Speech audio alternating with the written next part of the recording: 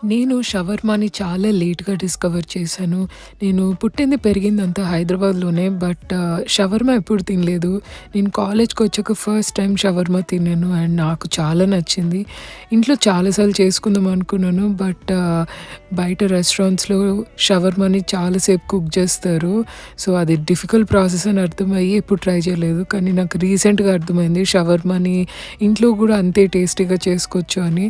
నేను మంచిగా చికెన్‌ని మ్యారినేట్ చేసి దాన్ని స్క్యూవర్స్‌కి పెట్టి ఒక గ్రిల్ ప్యాన్ మీద చికెన్‌ని ఫ్రై చేసుకున్నాను.